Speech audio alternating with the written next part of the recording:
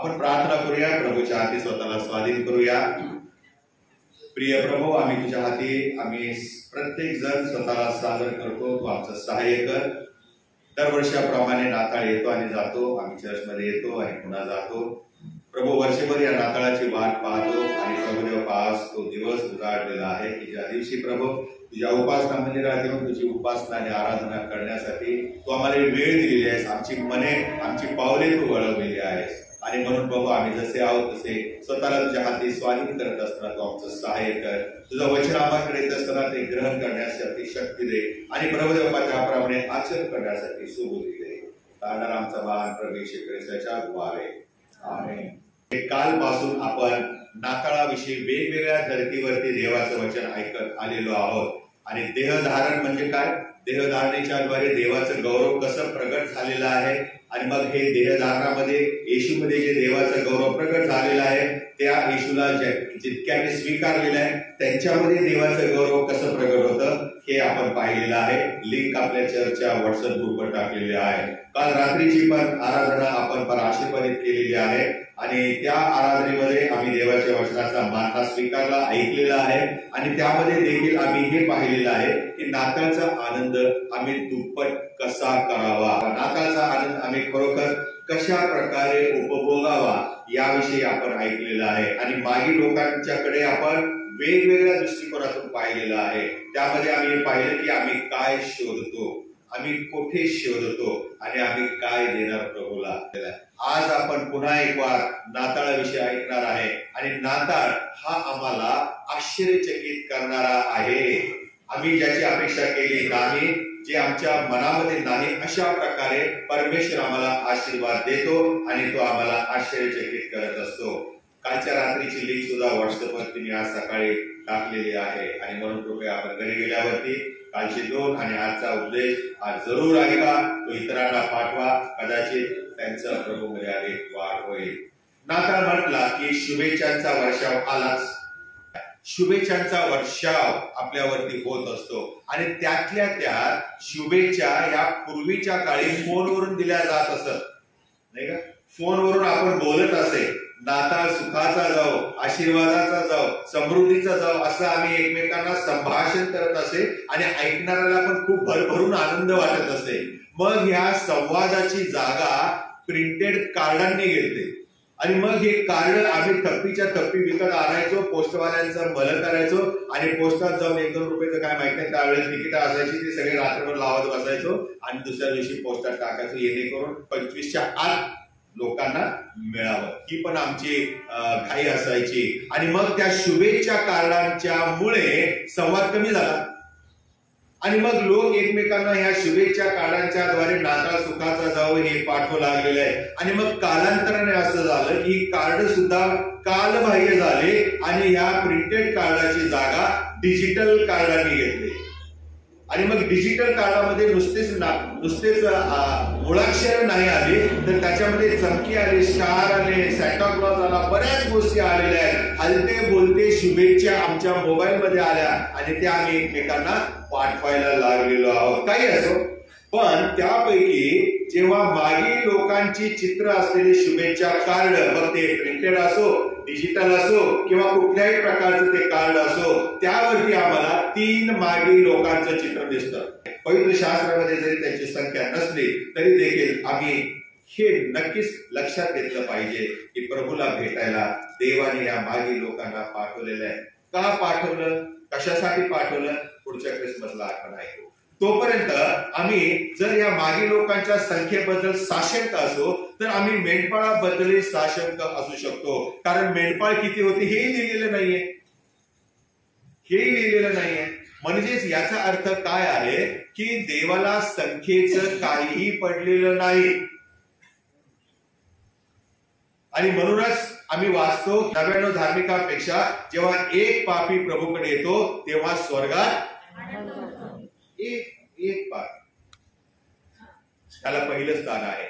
आणि म्हणून प्रियानो, आम्ही हे लक्षात घेतलं पाहिजे की प्रभूच्या मंदिरामध्ये देखील प्रभू संख्येला महत्व न देता जे त्याच्या वचनाचं ग्रहण करतात, वचनाप्रमाणे राहतात, त्यांना तो आपल्या जवळ घेतो। आणि मग आम्ही पाहतो प्रियानो की मेंढपाळ हे मेंढर चारत होते, त्या रानामध्ये चारत होते, रात्रीच्या प्रहरी चारत होते. आणि मग आम्ही हे सगळं पाहत असताना मेंढर चारणं हे त्या काळामध्ये म्हणजे जवळपास 2023 वर्ष अगोदर कनिष्ठ काम मानलं जात असे. अतिशय खालच्या प्रतीचं, कमी प्रतीचं काम हे मानलं जात असे. सहजासहजी हे काम करायला कोणी येत नसे किंवा जमत नसे. आणि अशा कमी प्रतीच्या काम करणाऱ्या मेंढपाळांना दूतांनी सुवार्ता सांगितलेली आहे. दूतांनी सुवार्ता सांगितलेली आहे. आणि ती काय सांगितलेली आहे की त्यामध्ये येशू हा दाविदाच्या कुळातील आहे, जो दावीद मेंढपाळ होता. जो दावीद मेंढपाळ होता. आणि म्हणून तो असं म्हणाला मेंढपाळांना, तुम्हासाठी आज दाविदाच्या गावात. असं नाही म्हणाला हेरोदाच्या राज्यातील अंमलाखाली असलेल्या प्रदेशात, असं नाही म्हटला ते दूत. काय म्हणाला? दाविदाच्या गावात. कारण दावीद मेंढपाळ होता आणि मेंढपाळाच्या कुळामध्ये जन्म घेतलेल्या राजाची सुवार्ता देवाने प्रथम कोणाला सांगितली? दूतांच्या द्वारे मेंढपाळांना सांगितले. असंच काही घडलेलं नाहीये शास्त्रामध्ये. Everything has been planned. आणि ह्या शास्त्रामध्ये जे आम्ही वाचतो ऐकतो हे देवाच्या योजनेनुसार सगळं झालेलं आहे. आमच्या जीवनामध्ये ज्या घटना घडतात ह्या दैवी घटना असतात. देवबाप आम्हाला चालवत असतो, देवबाप त्यातून आम्हाला नेत असतो, देवबाप त्यातून आम्हाला सावरत असतो, उभं करत असतो. आणि म्हणून आम्ही नेहमी ऐकत असतो की ईश्वराच्या इच्छेशिवाय सृष्टीतील पानही हलत नाही. आणि मग आम्ही पहिल्या शतकामध्ये मेंढपाळ हे अप्रामाणिक मानले जात असत, ते अविश्वासू मानले जात असत आणि इतरांच्या कुरणामध्ये मेंढर चालणारे असे लोक म्हणून त्यांच्याकडे पाहिलं जात असे. पण पहा बरं, जगाच्या तारणाची सुवार्ता जी आहे ती पहिली देवाने या अप्रामाणिक समजल्या जाणाऱ्या, अविश्वासू समजल्या जाणाऱ्या, कनिष्ठ काम करणाऱ्या लोकांना पोहोचवलेली आहे. याच्यातून काय अर्थबोध होतो? परमेश्वर हा अशा टाकाऊ, निकामी, है ना, अविश्वासू, अप्रामाणिक लोकांच्यावर अधिक प्रेम करतो. जसं आपल्या घरामध्ये होणार मुलावरती किंवा मुलीवरती त्याची आई वडील किंवा तिच्या आई वडील जास्त प्रेम करतात, तशा प्रकारे अशा लोकांच्यावरती परमेश्वर अधिक प्रेम करतो, त्यांची तो काळजी घेतो. आणि म्हणून जगाच्या तारणाची सुवार्ता प्रथम कोणाकडे आली? मेंढपाळाकडे आलेले. आणि किती अद्भुत आहे हे, किती अद्भुत आहे. मी हे वचन लिहित असताना मला परमेश्वराने खरोखर मार्गदर्शन केलं. दूत हे मंदिरात का नाही गेले? त्या ठिकाणी शास्त्री होते, परुषी होते, धार्मिक पुढारी होते, देवाचं काम करणारे होते, देवाच्या मंदिरात अहोरात्र सेवा करणारे होते. त्यांच्याकडे दूताला देवाने का नाही पाठवलं? सहज सोपं झालं असतं नाही का? सिस्टमॅटिकली झालं असतं. ही वार्ता जर याजक आणि पुढाऱ्यांकडे आले असते तर कदाचित चित्र वेगळं निर्माण झालं असतं. परंतु दूत हे मंदिरात गेले नाही. धार्मिक पुढाऱ्यांना देव काय करू पाहत आहे हे अजिबात कळू दिलेलं नाही. नाहीतर काय झालं असतं माहिती का? जे 34 वर्षांनी झालं ते त्याच वेळेस झालं असतं. त्या येशू बाळाचा घात या धार्मिक पुढाऱ्यांनी तेव्हाच केला असता. Everything has been planned, destined. दुसरी गोष्ट माझ्या निदर्शनास आली ते म्हणजे हे दूत मेंढपाळांकडेच का नाही आले? हे गव्हर्नमेंट ऑफिसरकडे का नाही गेले? सरकारी अधिकाऱ्याकडे का नाही गेले? रोमन साम्राज्याचे जे अधिकारी होते, सत्ताधीश होते, त्यांच्याकडे का नाही गेले? कदाचित त्यांना बेथलेहमात काय चाललेलं आहे हे जर सांगितलं असतं तर अधिक बरं वाटलं असतं नाही का? पण तिकडे सुद्धा देवाने दूतांना पाठवलेलं नाही. तिसरी गोष्ट माझ्या लक्षात आली ती म्हणजे की देवाने दूतांना हेरोद राजाकडे जाऊन का नाही सांगायला सांगितली सुवार्ता की तुझ्या राज्यामध्ये, तुला प्रतिस्पर्धे, राजांचा राजा, प्रभूंचा प्रभू जन्माला आलेला आहे? का नाही सांगितले? मोशे जन्मला तेव्हा देवाने त्याला डायरेक्ट त्या पाण्यातून काढून कुठे नेऊन ठेवला? फारोच्या राजवाड्यात नेऊन ठेवला. पण येशूला मात्र राजवाड्यात न ठेवता गावाने ठेवलं. हा फरक आहे प्रियानो. या मागे परमेश्वराचा फार मोठा उद्देश आहे, हेतू आहे. आणि हे ज्याला कळतं तो खरोखर नाताळचा आनंद उपभोगल्याशिवाय जात नाही आणि राहत नाही. दूतांनी मसीहाच्या जन्माची सुवार्ता ही धनगरांना, मेंढपाळांना सांगितले. पण प्रश्न आहे का? इतरांना का नाही सांगितले हे पाहिलं. पण मेंढपाळांनाच का सांगितले याकडे मला तुम्हाला नेऊ द्या. पहिला मुद्दा आहे आणि तो म्हणजे मेंढपाळाद्वारेच प्रभू येशू ख्रिस्ताचं येणं या जगात झालं, या जगात झालेलं आहे. आम्ही ज्या कुळातून जन्म घेतो त्या कुळाचं नाव आमच्या नावाच्या पुढे जोडलं जातं. तशाच प्रकारे परमेश्वराने योजना आखलेली आहे. दावीद हा मेंढपाळ होता आणि त्या मेंढपाळाच्या कुळामध्येच प्रभू येशू ख्रिस्ताला पाठवलेला आहे आणि ती सुवार्ता देवाने मेंढपाळांना सांगितलेली आहे. येशूला तळागाळातल्या निकृष्ट मानल्या जाणाऱ्या लोकांच्याकडे देवाने पाठवलेला आहे आणि हाच नाताळचा खरा अर्थ आहे. हाच येशूच्या जन्माचा अर्थ आहे. अशा लोकांच्याकडे देवाने येशूला पाठवलेलं आहे. का नाही हेरोदाच्या राजवाड्यात पाठवलं, का नाही गव्हर्नमेंट ऑफिसरच्या घरात पाठवलं? अनेक गोष्टी विचार करण्यासारख्या आहेत. परमेश्वराने मेंढपाळांच्याकडे पाठवलेली आहे सुवार्ता आणि तो देवदूत या मेंढपाळांकडे येतो. अशा लोकांना तारणदायी योजना परमेश्वराने आणलेली आहे. ही घोषणा करण्यासाठी देवदूत मेंढपाळांकडे आलेले आहे. असं म्हटलेलं आहे, त्याच भागामध्ये मेंढपाळ रानामध्ये मेंढर चालत होते आणि त्या मेंढपाळांना दूत म्हणाला, भिवू नका, कारण पहा जो मोठा आनंद सर्व लोकांस होणार आहे त्याची सुवार्ता मी तुम्हाला सांगतो आणि तीही की तुमच्यासाठी आज दाविदाच्या गावात तारणारा जन्मलाय. मेंढपाळांना काय सांगितलं? आज जन्मलाय. मागी लोकांना काय सांगितलं? नाही सांगितले. मागी लोकांना ही सूचना आली नाही की तुमच्यासाठी आज दाविदाच्या गावात तारणारा जन्मलाय. त्यांनी पुस्तकं चाळली, त्यांना दिसलं की वेग तारावरती चमकत आहे, म्हणजे राजाचा जन्म झाला आहे आणि ते शोधायला निघाले.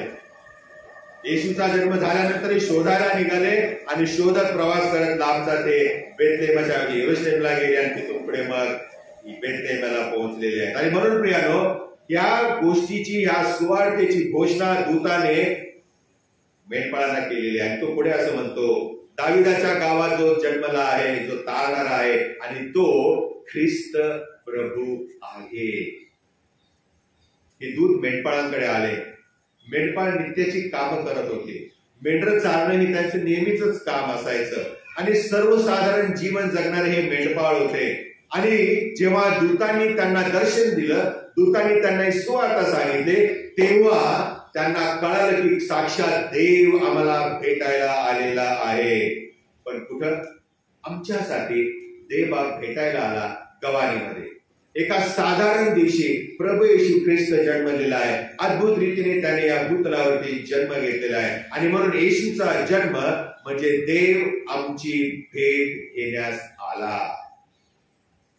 येशूचा जन्म म्हणजे देव आम्हाला भेटायला आला. तो वरती होता, तो शरीराने वरती होता, परंतु आमच्यासाठी तो मनुष्य झाला आणि आमच्यामध्ये त्याने येऊन वस्ती केली, असं योहानाचे सुवर्तमान 1 अध्याय 14व्या वचनामध्ये आम्ही पाहतो.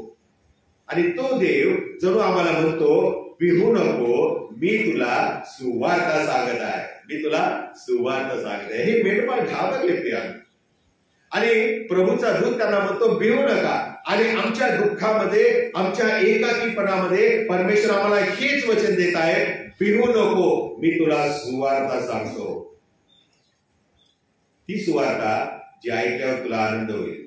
आता हे तुम्हाला, तुमच्यासाठी हे आपण विसरूया. आता याचं लागू करून आपण स्वतःला वैयक्तिक जीवनामध्ये करूया.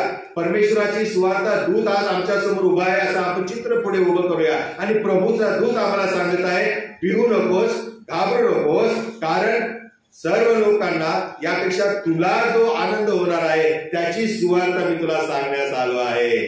तुझ्यासाठी दाविदाच्या गावात तारणारा जन्मला आहे आणि तो ख्रिस्त प्रभू आहे.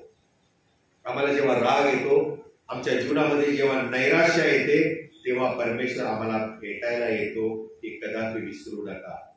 आम्ही जेव्हा आजारी पडतो त्यावेळेला प्रभू आम्हाला भेटायला येत असतो. जेव्हा आम्ही रविवारी चर्चला येतो तेव्हा परमेश्वर आम्हाला भेटत असतो. प्रियानो, प्रत्येक गोष्टीमधून, गाण्यांच्या मधून, उपदेशामधून, प्रभुवचनामधून, सगळ्यामधून परमेश्वर आमची भेट घेत असतो. आमच्या रोजच्या जीवनात प्रभू आम्हाला भेटायला उत्सुक असतो. प्रूफ हा आहे की दररोज संध्याकाळी आदामाने हवेला भेटायला देवा शिळोपाच्या वाऱ्याने एदेन बागेत गेलो. ते मूर्तीसारखं त्याने आम्हाला बनवलं नाही, असं बनवलं नाही, असं ठेवलं नाही, आता जावा जगात राहावा नाही. आम्हाला एदेन बागेत ठेवलं आणि तो भेटायला येत होता. तो आजपर्यंत येत आहे. आज एदेन बाग जरी नसली तरी देवाचं पवित्र मंदिर आहे, आमचं घर आहे, आमची सोसायटी आहे, आमचं काम करण्याचं ठिकाण आहे. प्रत्येक ठिकाणी परमेश्वर आम्हाला भेटण्यासाठी उत्सुक असतो. आणि म्हणूनच दूत मेंढपाळांकडे आले तेव्हा मेंढपाळ कुठे होते? कामावर होते. ते ऑफिसमध्ये त्यांच्या होते, ते ड्युटीवर होते, ते नोकरी करत होते. आणि त्या ठिकाणी परमेश्वराचा दूत त्यांना जाऊन भेटला. खूप आश्चर्य. आता याच्यावरती परत बोलावंसं वाटतं, पण नंतर कधीतरी बोलेल. आणि म्हणून अशा ऑफिसवरती, अशा कामामध्ये मग्न असलेल्या मेंढपाळांकडे दूत आले आणि येशू सर्वांसाठी आला आहे, अशा तळागाळातल्या लोकांसाठी देखील आलेला आहे, हे प्रियानो जगाला जाहीर करण्यात आलेलं आहे. आणि हाच येशूचा जन्म आहे, यालाच नाताळ म्हणतात. दुसरा मुद्दा आहे, आम्ही पहिला पाहिलेला आहे की परमेश्वराचा दूत जेव्हा मेंढपाळांकडे आलेला आहे तेव्हा मेंढपाळ आम्हाला पाहायला मिळतं की मेंढपाळ हे दाविदाच्या कुळातल्या व्यवसायापैकी एक होते. मेंढपाळाच्या कुळात प्रभू येशू जन्मला आणि म्हणून त्याची सुवार्ता मेंढपाळांना प्रथम सांगण्यात आली. दुसरा मुद्दा हा आहे की जेव्हा ही सुवार्ता ऐकली मेंढपाळाने तेव्हा ते आश्चर्यचकित झाले. दे वर फिल्ड विथ वंडर. असं कसं काय शक्य आहे आणि आम्ही कोण? ते थरथरायला लागलेले आहेत. त्यांची अवस्था मला तुमच्या समोर मांडू द्या. शास्त्रामध्ये एक फक्त वाचतो, भिवू नका कारण पहा असं दूत म्हटला. आणि पण ते घाबरले तेव्हा त्यांची अवस्था काय झाली होती याचा कधी आम्ही विचारच करत नाही.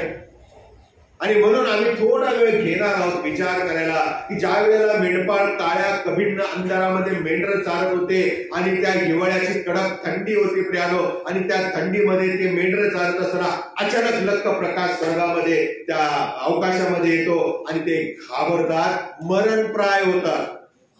ते लटलट कापायला लागले असतील. एवढ्या थंडीमध्ये त्यांना दरदरून घाम सुद्धा फुटला असेल. आम्हाला माहिती नाही, पण आम्ही इमॅजिनेशन करू शकतो, कारण पुढे लिहिले ना, दूत म्हणाला भिवू नका, म्हणजे ते घाबरले. आणि एवढे घाबरले असतील की त्यांना दरदरून घाम फुटला असेल. कदाचित त्यांना भूतच आहे की काय असं वाटलं असेल. एवढे ते घाबरलेले होते प्रियानो. आणि त्यांना असे वाटलं असेल की आमच्यावर काही ओमेन आलेला आहे का, आमच्यावरती देव कोपलेला आहे का, सगळं व्यवस्थित होतं, इतके वर्ष आम्ही हे काम करत आहे, असं कधी आकाशात झालं नाही आणि आज अचानक लख्ख प्रकाश पडतो. मला माहित नाही त्यांनी दूताला पाहिलं की नाही. मी किती वेळा ते शास्त्राचं वचन वाचलं, पण दूताची वाणी मात्र त्यांनी ऐकली, दूताचा प्रकाश मात्र त्यांनी पाहिलेला आहे. त्यामुळे ते अजूनच घाबरले. कोण बोलते, कुठून बोलते, काय त्यांना कळायला मार्ग नाही. आणि म्हणून देवदूत त्यांना म्हणाले भिवू नका. खूप खूप महत्व आहे या दोन शब्दांना, भिवू नका. आम्ही जेव्हा आपल्यावर आलेल्या परिस्थितीने घाबरतो, मरणप्राय अवस्थेमध्ये जातो, दरदरून घाम फुटण्यासारखी आमची अवस्था होते, त्यावेळेला देवाची सुवार्ता आमच्यापर्यंत येते. भिवू नका. यहोशूआला देखील कनान देशामध्ये जाताना प्रभूने आश्वासन दिलं, भिवू नको, खंबीर हो, हिम्मत धर, तू जाशील तिकडे तुझा देव परमेश्वर तुझ्या सोबत असेल, तुझ्या सोबत असेल. आणि मग दूताने ही सुवार्ता सांगितल्यावरती स्वर्ग उघडला आणि सैन्यांचा, स्वर्गातील सैन्यांचा समुदाय, सैन्यातील स्वर्गाचा समुदाय आला असं म्हटलेलं आहे. म्हणजे खाली राजा जन्माला होता, तो एकटा नाही, त्याच्याबरोबर सैन्य पण पाहिजे ना, नाही त्याला कोण विचारणार. आणि म्हणून अलंकारिक रीतीने हे प्रतीक परमेश्वराने शास्त्रात नमूद केलेले आहे. आमच्या लक्षातच येत नाहीये. जेव्हा दूताने सुवार्ता सांगितली तुमच्यासाठी दाविदाच्या गावात तारणारा जन्मला आहे, आणि त्याच वेळेला स्वर्ग उघडला आणि स्वर्गीय सैन्यांचा समुदाय खाली आला. आणि म्हणून पिलाताला काय म्हणाला, अरे तू काय बोलतोस दादा, माझ्या भाषेत बोलतोय बरं का, शास्त्रात असं लिहिलं नाही, नाहीतर मला काय पाळ चुकीचं सांगतात. त्या पिलाताने विचारले, तू राजा आहेस काय, हे लोक तुझ्यावरती काय आरोप करत आहेत. आणि तो म्हणाला की मी जर ठरवलं तर स्वर्गातून सैन्याचा समुदाय खाली येईल. ही लिंक आहे प्रियानो. जेव्हा जन्मला तेव्हा सैन्यांचा समुदाय, आणि जेव्हा पिलातासमोर उभा राहिला तेव्हा येशूच्या मुखातून तेच शब्द आहेत, स्वर्गातून सैन्य मी मागवू शकतो, खाली येऊ शकतं, सुरुवातीला आणि शेवटाला प्रिया. आणि हे सिद्ध करून दाखवतो परमेश्वर की गवाहीमध्ये नाताळच्या दिवशी जन्मलेला हा बाळ जो आहे हा फक्त तारणारा आहे असं नाही, तो फक्त वधस्तंभावर मरण्यासाठी आला असं नाही, तर तो एक राजा देखील आहे. तो राजांचा राजा आणि प्रभूंचा प्रभू आहे. सर्वसाधारण रात्रीच्या समयी साधारण मेंढपाळांची भेट घेण्यासाठी असामान्य अशा दिव्य दूताला देवाने पाठवलेलं आहे. आणि देवाची जेव्हा भेट झाली ते पाहून हे मेंढपाळ खरोखर आनंदित झालेले आहे. त्यांना आश्चर्य वाटलेलं आहे, देव आम्हाला भेटायला आला. आणि हे पाहून ते आश्चर्यचकित झाले. आपल्याही जीवनामध्ये आम्ही कल्पना करत नाही, विचार देखील करत नाही, अशा वेळेला देवाचा दूत येऊन आम्हाला मदत करतो, आमचा जीव वाचवतो. ऍक्सिडेंट होताना पटकन कोणीतरी ओढल्यासारखं वाटतं, आजारी असताना आम्ही प्रार्थना करतो, लगेच आम्ही बरे होतो. कोण आहे आमच्या सोबत आमच्या सेवेसाठी? हे पारिचारिक आत्मे प्रभूने ठेवलेले आहे, देवदूत ठेवलेले आहे. स्वतः देवबाप त्यांच्याद्वारे आमचं रक्षण करत असतो, आमच्या जीवनामध्ये तो हस्तक्षेप करत असतो. आणि मग जेव्हा देवबाप हस्तक्षेप करतो तेव्हा आम्हाला आश्चर्य वाटतं. मेंढपाळांच्या जीवनात देवाने हस्तक्षेप केला आणि त्यांचं जीवन बदलण्याचं देवाने ठरवलं. त्या काळ्या कमीनं रात्रीच्या अंधारामध्ये परमेश्वर त्यांच्या भेटीस आला आणि हे पाहून त्यांना आश्चर्य वाटलेलं आहे. तुम्ही पहा येशूचं कार्य, तो जास्तीत जास्त अशा अपेक्षा करणाऱ्या लोकांच्याकडे गेलेला आहे, जे आंधळे होते, लुळे होते, पांगळे होते, नाही का, जे समस्येमध्ये होते, जे अडचणीमध्ये होते, ज्या विधवा होत्या, जे अनाथ होते, अशा जे भुकेले होते, तहानलेले होते, रंजले गाजले, समस्यांनी बेजार झालेले होते, ज्यांची लेकरं मरण पावले, ज्याचा भाऊ मरण पावलेला आहे, अशा लोकांच्या पर्यंत ज्यांनी कधी अपेक्षाही केली नव्हती की मसिया येईल आणि आम्हाला बरे करेल, मसिया येईल आणि आमच्या भावाला, आमच्या मुलाला उठवेल मेलेल्यातून. जेव्हा आम्ही अपेक्षा करत नाही तेव्हा आमच्या जीवनामध्ये काहीतरी अघटित घडतं ना, लक्षात ठेवा, it is God who is with you. It is God who is behind it working for you. हो प्रिय. आणि म्हणून मेंढपाळ आश्चर्यचकित झाले. असं आपल्या जीवनामध्ये जेव्हा अनुभव येतो त्यावेळेला आम्ही आश्चर्यचकित होणं स्वाभाविक आहे. तिसरा मुद्दा, शेवटचा मुद्दा आहे तो म्हणजे अनेकदा पाहणे म्हणजे विश्वास ठेवणे असते. Seeing is believing. जेव्हा आम्ही पाहतो, दिव्यदूतांचं स्वर्गीय गाणं ऐकल्यावर मेंढपाळ भानावर आले. मग त्यांना कळालं की आम्ही काय समजत होतो आणि रियालिटी काय आहे, सत्य काय आहे. आणि मग ते एकमेकाला म्हणाले, चला चला आपण बेथलेहमात जाऊ. लोकांचा शुभवर्तमान 2 अध्याय 16 ते 18 वचनामध्ये आम्ही मगाशी वाचलेला आहे. जेव्हा देवबाप आमच्यावर कृपा करतो तेव्हा आपल्याला अद्भुत आनंद प्राप्त होतो. आणि मग नंतर सर्व जग सोहळा साजरा करणारच होतं, सेलिब्रेशन चालणारच होतं. अख्खा बेथलेहेम का यरुशलेम मध्ये देखील येशू राजाच्या जन्मानिमित्ताने आनंद साजरा होणारच होता.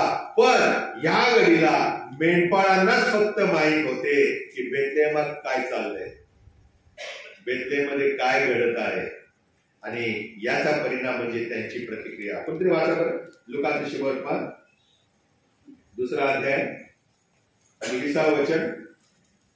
नंतर मेंढपाळास सांगण्यात आले होते त्याप्रमाणे त्या सर्व गोष्टी त्यांनी ऐकल्या व पाहिल्या. यामुळे ते देवाचे गौरव करीत माघारी आले. नंतर मेंढपाळ त्यांना सांगण्यात आले होते त्याप्रमाणे त्या सर्व गोष्टी ऐकून व पाहून देवाचे गौरव आणि स्तुती करत परतले आहेत. त्यांनी पाहिलं, नुसतंच ऐकलं नाही, त्यांनी अनुभवलेलं आहे. आणि म्हणूनच सीइंग इज बिलिव्हिंग म्हटलेलं आहे. पाहणे म्हणजे विश्वास ठेवणे असं म्हटलं जातं प्रियानो. लुकाचा तपशील जो आहे या अध्यायामध्ये तो जेव्हा आम्ही वाचतो तेव्हा खरोखर आम्ही आनंदाने भारावून जातो. असं वाटतं आपल्याही जीवनात चमत्कार व्हावा, असं वाटतं आपल्याही जीवनामध्ये अनपेक्षित असं चांगलं काहीतरी व्हावं, आपलं दैनंदिन जीवन बदलून जावं. तेच रुटीन कंटाळ आलेला आहे, तेच ते काम आम्हाला नकोस वाटलेलं आहे. आपली लेकरं त्यांच्या विश्वामध्ये मग्न आहेत, त्यांचे काम धंदे आहेत, त्यांची नोकरी आहे, त्यांचं कुटुंब आहे. आणि आम्ही स्वतःला इतके बिझी करून टाकलेलं आहे या जगामध्ये की आम्ही स्वतःसाठी जगायचंच विसरून गेलेलो आहोत. दुसरे आनंद करतात आणि आम्हाला मात्र आनंद प्राप्त होत नाही, कारण आम्ही आमच्या जबाबदाऱ्यांच्यामुळे इतके बिझी होऊन गेलेलो आहे, त्यामध्ये सगळं आयुष्य चाललेलं आहे. आणि म्हणून देवाने मेंढपाळांच्या रुटीन लाईफ मध्ये चेंज आणला. त्याने त्यांचा जॉब बदलून टाकला. आता इथून पुढे तुम्ही मेंढपाळ नाही राहायचं, इथून पुढे तुम्ही सुवार्तिक बनायचं. चेंज. मागे लोक देखील जे आले ज्या दिशेने प्रभूने त्यांचा मार्ग बदलला, चेंज देअर लाईफ, आणि म्हणाले आले त्या दिशेने न जाता दुसऱ्या दिशेने आपल्या घरी जा. परमेश्वर जेव्हा आमच्या जीवनामध्ये येतो, आमचं जीवन बदलून जातं प्रियानो.